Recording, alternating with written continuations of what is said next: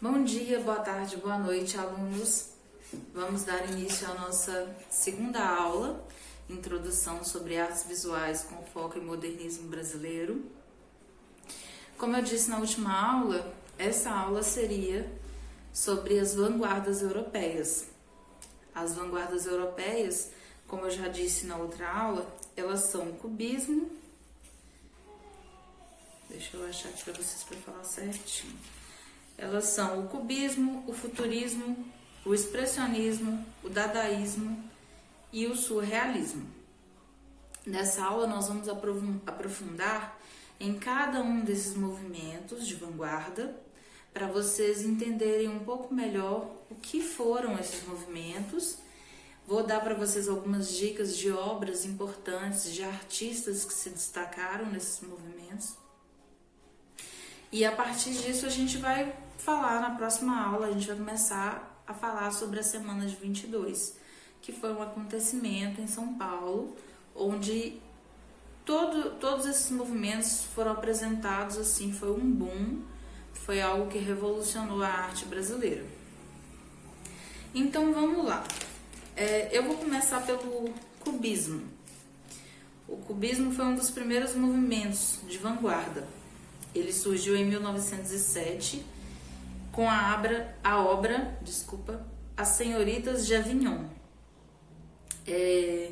Eu tenho aqui num livro,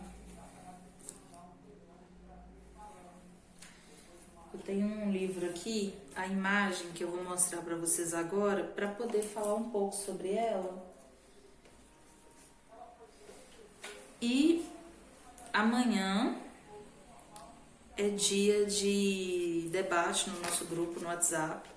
Lá eu vou mandar novamente, vou mandar mais detalhes sobre ela. Mas por agora eu tenho aqui a imagem para mostrar para vocês. Essa aqui é a obra, a tela, As Senhoritas de Avignon. São 5 mulheres nuas pintadas com formas pontiagudas e rostos inspirados nas esculturas ibéricas e máscaras africanas, certo? Essa obra é de Picasso, Pablo Picasso, que é o artista mais famoso desse movimento. Eu vou falar para vocês um pouco sobre essa obra, que ela é bem interessante. Essa obra, gente, demorou 9 meses para ficar pronta. E antes desse processo de 9 meses na produção dela, ainda demorou muito mais o Picasso fazendo um estudo de várias outras obras, que para ele, na época, para vários artistas era muito intrigante. Então ele foi estudando várias obras. Eu posso mandar no grupo também para vocês, se vocês quiserem, quais foram as obras que ele estudou. São obras muito interessantes. E aí ele foi pegando uma coisa aqui, outra ali e foi montando o que daria esse resultado. Essa tela ficou enrolada, guardada por anos. Os amigos do Picasso achavam que ele estava louco. Quando eles chegavam na casa dele e viam a tela, eles sentiam pena dele, achavam que era o fim da carreira dele, achavam absurdo. Porque são formas que até então ninguém nunca tinha usado. Tem uma crítica que fala que parece que os corpos delas não foram pintados com pincéis, parece que eles foram feitos com machados, porque é tudo muito, né? Então, o que acontece? Ele deixou essa obra guardada muito tempo, essa tela ficou enroladinha lá na casa dele muito tempo. Foi em 1907 que ele pintou. Quando foi... Aí ela apareceu em revistas, em livro, foi publicado, mas nada assim que enaltecesse muito a obra, mas como algo curioso. Em 1916, ela foi à exposição pela primeira vez e foi vendida em 1923. Um amigo do Picasso, desculpa, eu esqueci o nome agora, é um artista também, ele fez a venda da tela para o Picasso. Esse homem que adquiriu a tela morreu alguns anos depois, eu acho uns 15 anos depois. A viúva dele vendeu essa tela para um museu de arte em Paris, e é onde ela se encontra até hoje. e ela é considerada a obra mais especial da galeria, aliás, do museu.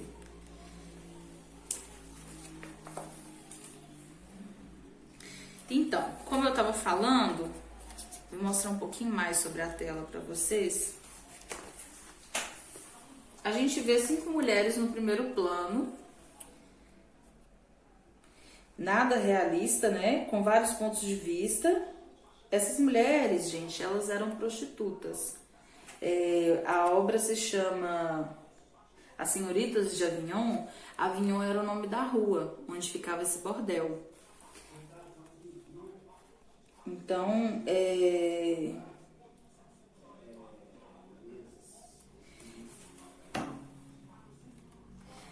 outra coisa interessante, essas máscaras das duas moças aqui da direita, elas são referências à arte ibérica pré-histórica e à arte africana. Influência dos estudos de Picasso sobre a arte africana, ele adorava. Tem vários outros quadros dele que ele representa máscaras africanas também. Bom, eu tenho outras obras aqui de Picasso, mas como eu vou mandar para vocês no grupo, então é desnecessário mostrar aqui agora essa imagem que não está muito favorável, né?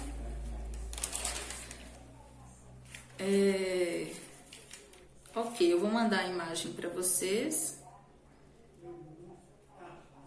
As formas totalmente geometrizadas, né?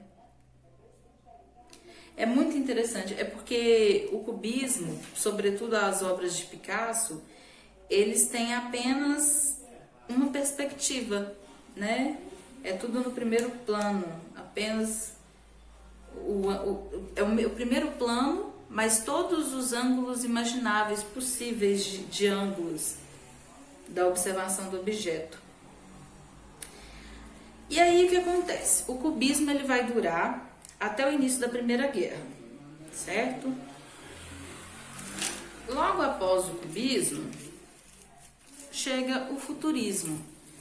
Temos que falar de futurismo, mas não é legal, tá?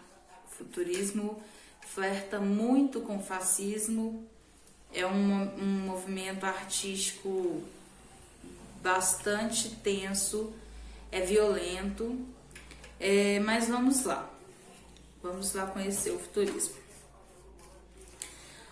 Nasceu oficialmente em 1909 com o Manifesto Futurista de Filippo Tommaso Marinetti. Esse autor italiano cultuava a violência e a guerra devido ao seu patriotismo extremista. A gente sabe, na Segunda Guerra nasceu um nacionalismo, né? E do nacionalismo todo um movimento de violência, de guerra, de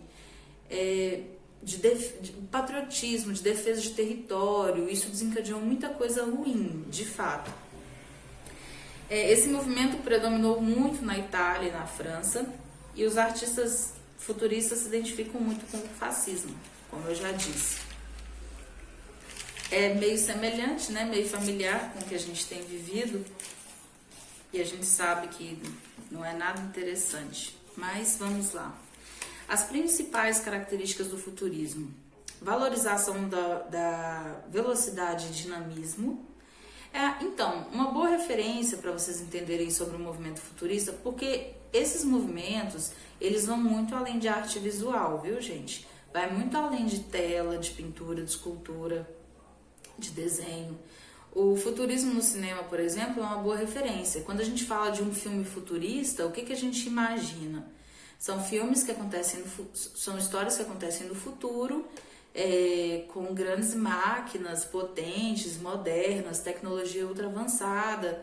Então, basicamente, isso é uma característica, não é só isso, mas isso é uma das características bem marcantes do futurismo. Exaltação à tecnologia, ligação ideológica com o fascismo, ruptura com o passado, utilização da publicidade e tipografia. Tipografia é o estudo que cria e aplica fontes e tipos de letras, para quem não sabe. Existe uma tendência muito forte de justificar a violência através do militarismo. É uma organização, né?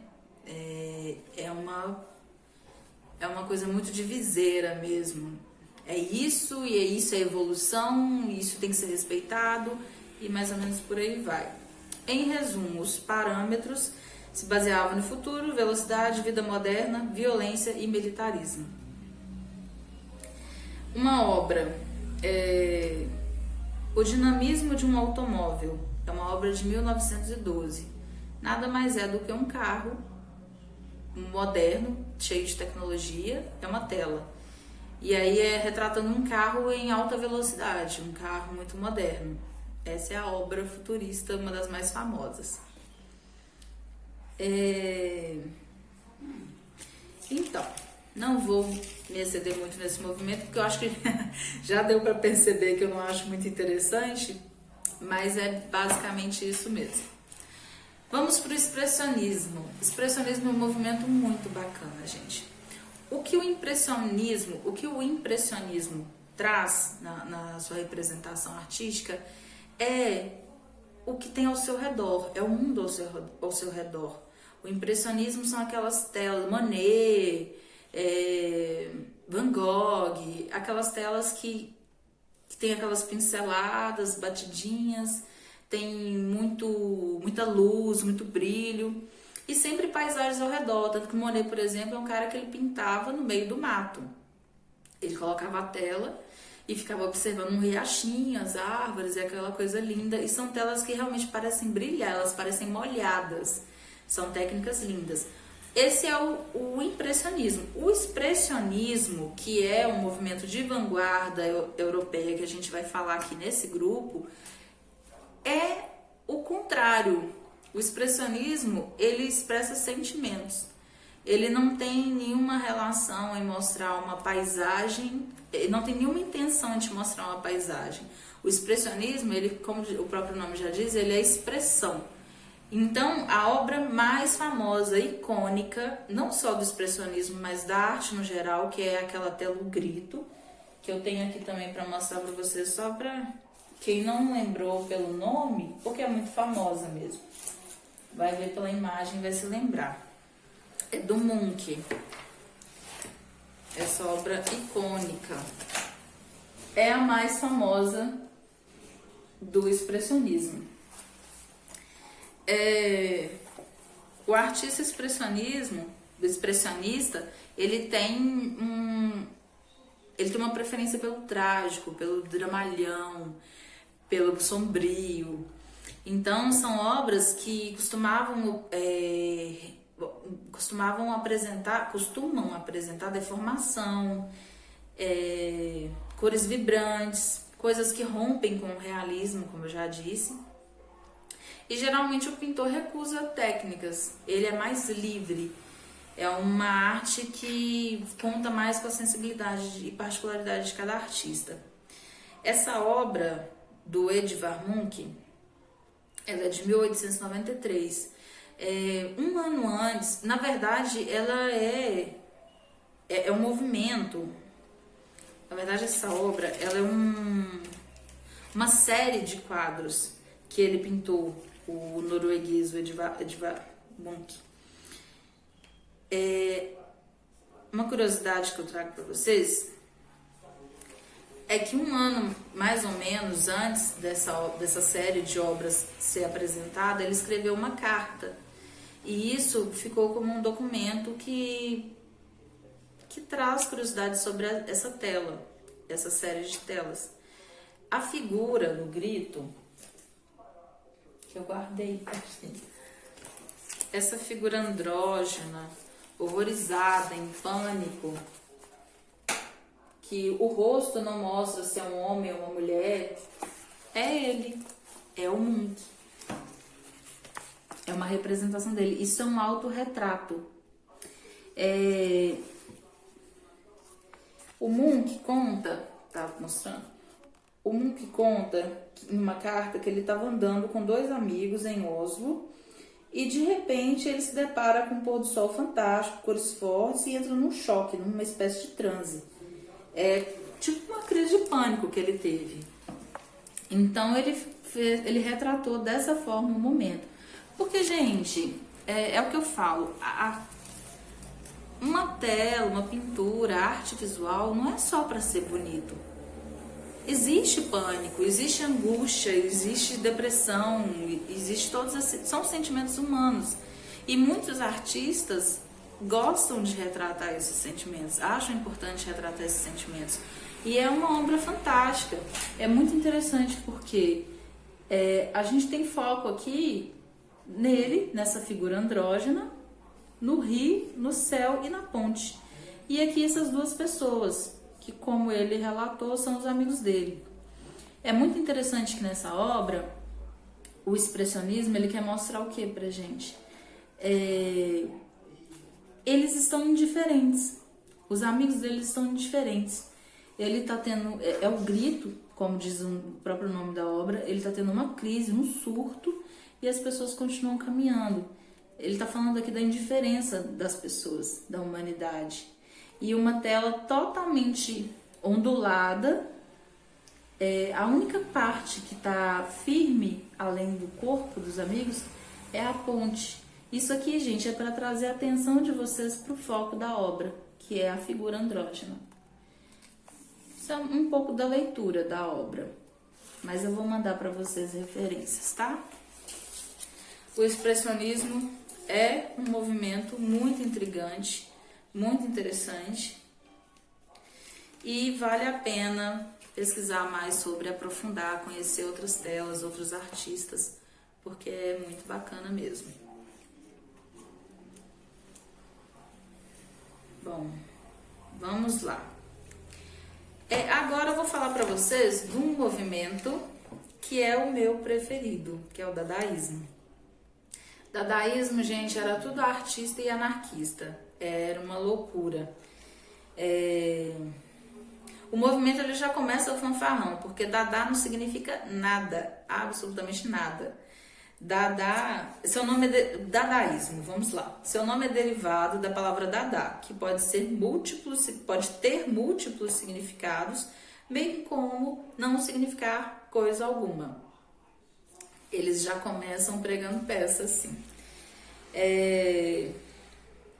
Foi um movimento que contestou muito os valores culturais da época. Vamos contextualizar. Vamos lá. O dadaísmo ele nasce 1914, Primeira Guerra Mundial, crescimento urbano, começa a rolar um monte de horror e absurdos humanos devidos à guerra. Esses artistas completamente decepcionados com isso tudo, artistas e anarquistas cínicos e com muita raiva disso tudo, eles criam o dadaísmo, o movimento. Criaram o Cabaré Voltaire, que era um clube de artes. Lá eles discutiam ideias sobre a guerra, sobre o nacionalismo, que estava tomando muita força, sobre questões sociais, políticas, no geral. E a gente pode dizer que o dadaísmo ele foi o movimento contra a cultura da arte, né? Eles queriam pegar todas as regras, tudo que estava estabelecido como arte enfim, até aquele momento, e eles queriam dar uma banana para aquilo tudo. Só que eles não eram burros, eles sabiam que não podiam jogar ideias ao léu, então o que eles fizeram? Mesmo repudiando muito do futurismo, do movimento futurista, eles seguiram um caminho parecido e criaram manifestos. O primeiro manifesto da Dada foi lido em 1916.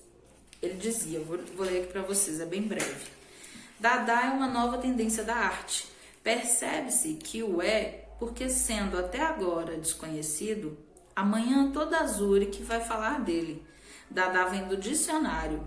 É bestialmente simples. Em francês quer dizer cavalo de pau. Em alemão, não me chateis. Por favor, adeus, até a próxima. Em romeno, certamente, claro, tem toda a razão, assim é, sim senhor, realmente, já tratamos disso. E assim por diante. Uma palavra internacional, apenas uma palavra. E uma palavra como movimento. Fecha aspas. Esse é o primeiro manifesto.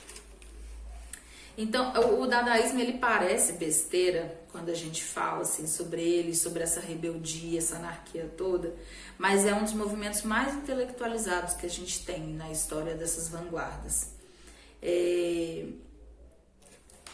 Eles acreditavam que tudo nessa vida é por acaso e que a arte também deveria ser. Então, tem movimentos dentro do dadaísmo que seguem algumas tendências. Por exemplo, teve um artista, eu não anotei, Hans Arp. A obra dele chama Colagem com Quadrados, dispostos segundo a lei do acaso. Esse artista pegou um monte de papeizinhos com palavras de jornais, colocou uma tela e foi jogando. E da forma como o papelzinho caía na tela, ficava. Aquilo ali virou a obra. Isso foi feito para a construção de poemas também. Poemas dadaístas são bem aleatórios, assim. Mas nem tudo era totalmente aleatório.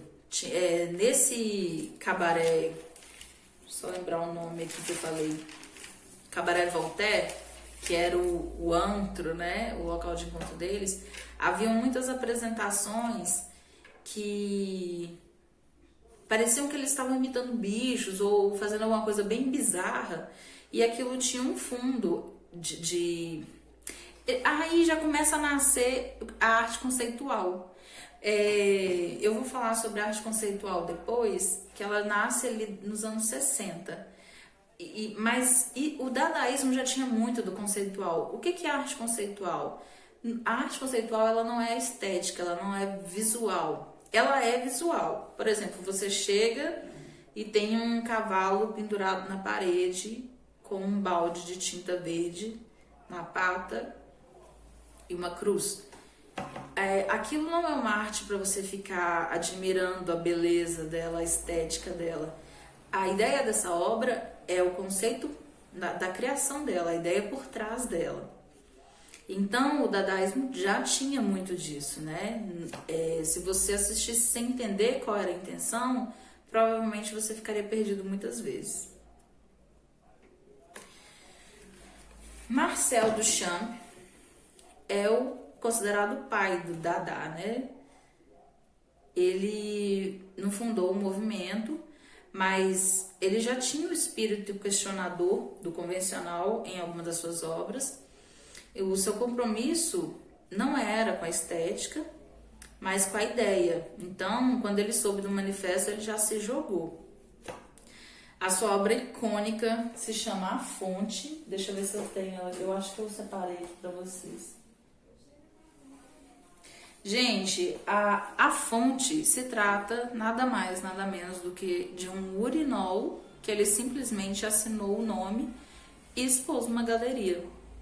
Foi um rebuliço, uma revolta para as pessoas que estavam ali, os críticos de arte, enfim. Mas estava começando a bagunça nesse momento. Essa aqui é a fonte, a obra do Duchamp. Então, olha só, é isso mesmo, é um urinol com a assinatura dele embaixo. Aqui é a assinatura dele. Por que ele fez isso? O dadaísmo gosta de pregar peças mesmo. Pega um objeto que não tem nada a ver, tira ele totalmente do contexto e apresenta aquilo ali e fala, isso aqui é arte, quem vai dizer que não? É tudo muito crítico, entendeu? É tudo muito crítico no dadaísmo. É uma vanguarda muito importante. Futuramente ela se converte no surrealismo. Ela deixa esse legado importantíssimo que influencia a pop art, a geração punk. Desculpa o barulho, gente. A geração punk foi muito influenciada pelo dadaísmo e, como eu disse antes, a arte conceitual, né? A arte conceitual não é uma arte primordialmente visual, ela é para ser considerada como ideia. Então é isso. Vamos para o surrealismo.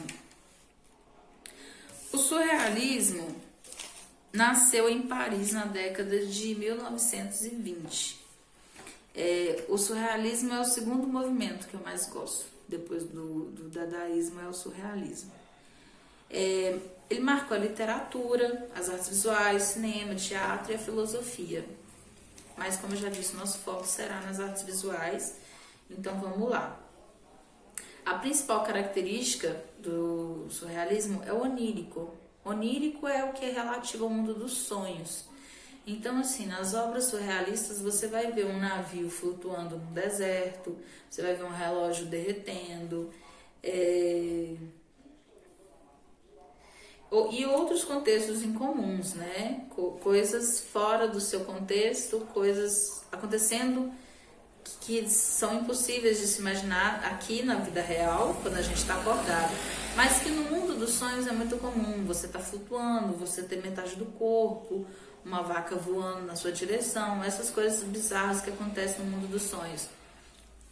O surrealismo, ele representa esse tipo de coisa. A regra é a expressão livre do pensamento, guiada pelos impulsos do subconsciente. Os surrealistas adoram Freud, os estudos psicanalíticos de Freud, porque Freud tem uma parte muito interessante do subconsciente, né? Tem um estudo muito importante sobre o subconsciente e sobre esse universo dos sonhos. Então, o surrealismo se inspira muito nele, nesses seus estudos. Tem a sua dose de crítica, que é basicamente a sua intenção, quando faz essa brincadeira onírica. É uma arte criticando uma cultura humana frágil, diante de um mundo que ia ficando cada vez mais complexo. Por isso eles ignoram a ordem moral. Já não fazia mais sentido para eles.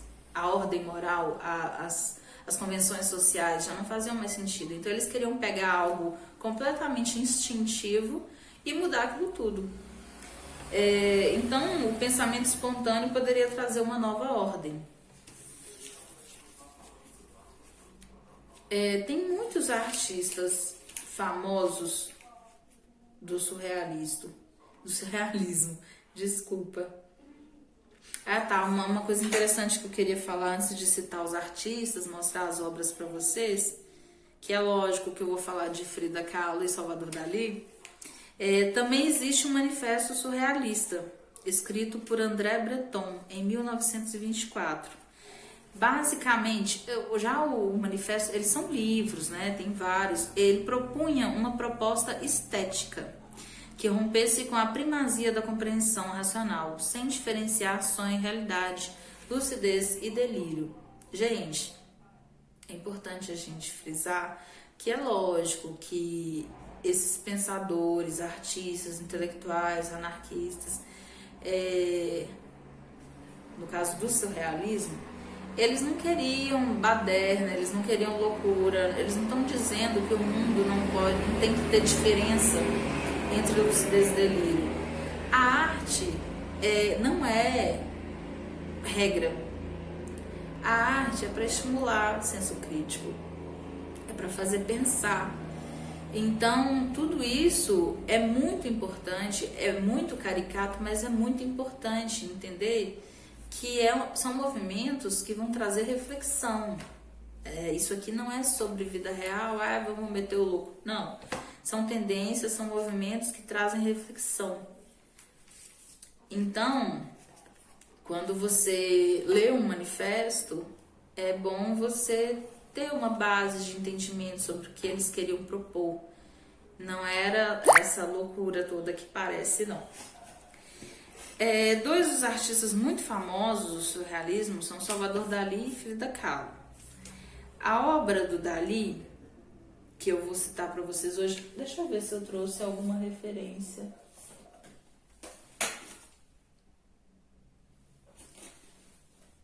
Eu trouxe, mas eu não trouxe a que eu quero. Tem uma obra que é a minha preferida do Dalí, chama Persistência da Memória. É um relógio derretendo, que representa o tempo, que é diferente no mundo dos sonhos, e tem a sua própria forma de ser contada. Essa tela é muito famosa.